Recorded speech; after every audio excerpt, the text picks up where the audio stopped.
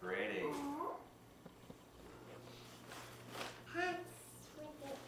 That's cute. Cool.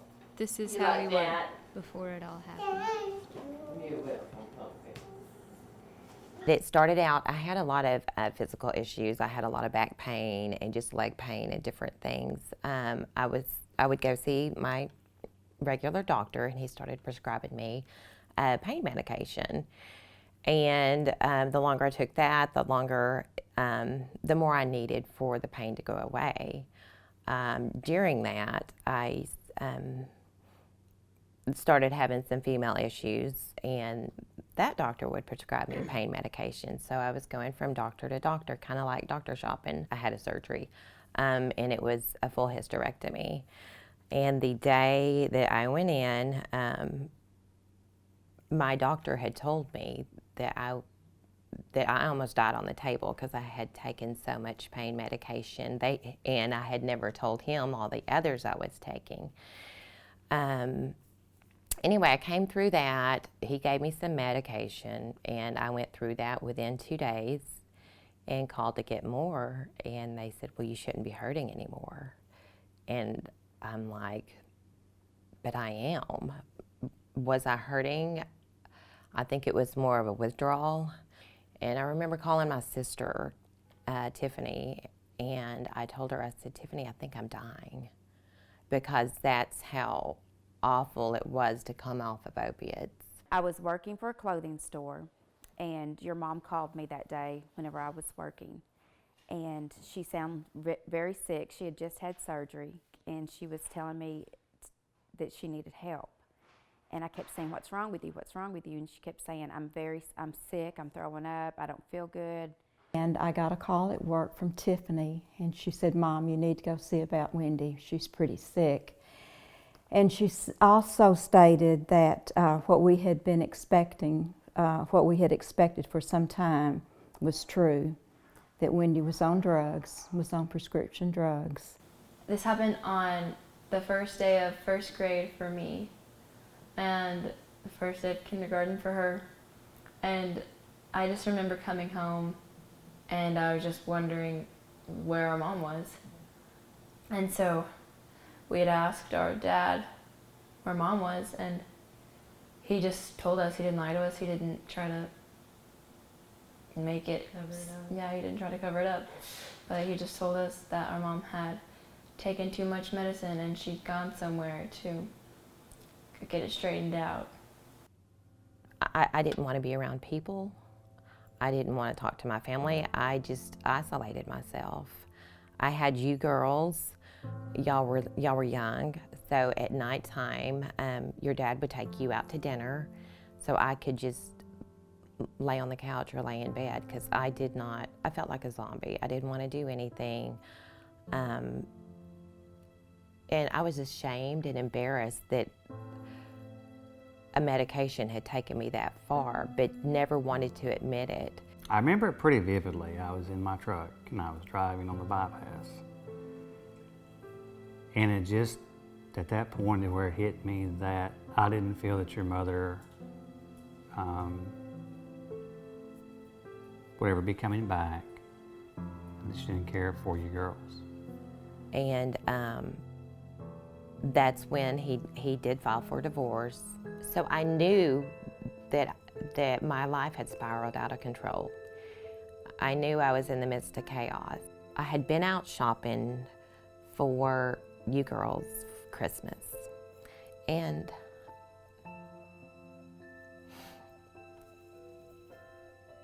I did that all the time, whether it be Christmas, Easter, or Valentine's.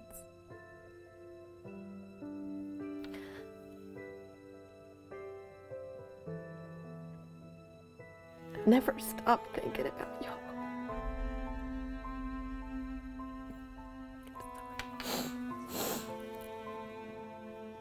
And even though you never got these gifts, I wrote you letters, I wrote you cards.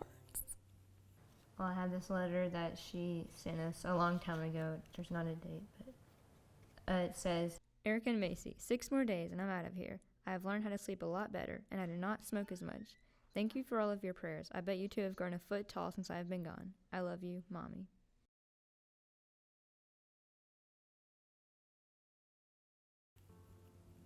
I prayed for you all the time, even in that crazy addiction. And this was the end of my rope. And I remember, Eric, I think you would have been about 9. And I'd gone to Target to get some paper to wrap it with. And I saw this little vest. And I'd bought you all kinds of stuff too, but I remember this vest. And I remember thinking, would Erica think that was cool? I don't even know my girls' taste. I don't even know their size. And I thought, what kind of mom are you? What have you become? So I went home and I put all of your Christmas by the door. And we were living in an apartment at that time. I remember just getting my pills and taking more and more because I could not believe what I had become.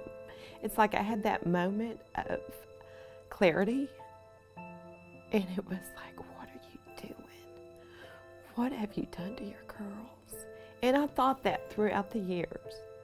But that God gave me that moment of clarity, I believe. I was so out of my mind that I had turned on the, I actually was cooking, and I don't cook. Turned on the stove, turned on the, had put a apple pie in the oven of all things. And turned on the stove and put a blanket on there and walked away. And the apartment caught on fire. And I stood there and I thought, this would be easy. And I could just end it right here. And I looked at all the stuff around the apartment. And I headed out the door, something made me just leave. And I remember in that dirty, filthy motel room, just laying on that bed and just screaming, God help me, somebody help me. God, if you're real, help me. She made some phone calls and found a place in Russellville, Arkansas. And it was out of a lady's home, and the name of it was Bruised Reed. That is where I found so much freedom. And, you know, I'd already been sober for a good 5.5 months. So my mind was getting right. And she took me in, and there was a couple of other ladies there too. And it was more home structured. I could go down and cook my own meals. We'd have to be up by a certain time and do devotions and things. She gave me homework to work on myself and not to blame others, and finding out why I did the things I did. She knew everything that needed to be done that I had no clue. So she set up pretty much everything for me to be able to walk in a courtroom and say, this is what I've done, I'm better. And dadgummit, it's time to see my children. What got me through was, I would say, was a lot of prayer, whether it be from my mom, my sister, silent prayers from my girls, because I know someone was out there praying for me. You know, I just didn't know what to expect, but God did, because He had a plan for her. He's the one that brought her home. The number one thing was prayer. I mean, our faith in the Lord and prayer is what got me through the whole thing, even though there were so many ups and downs.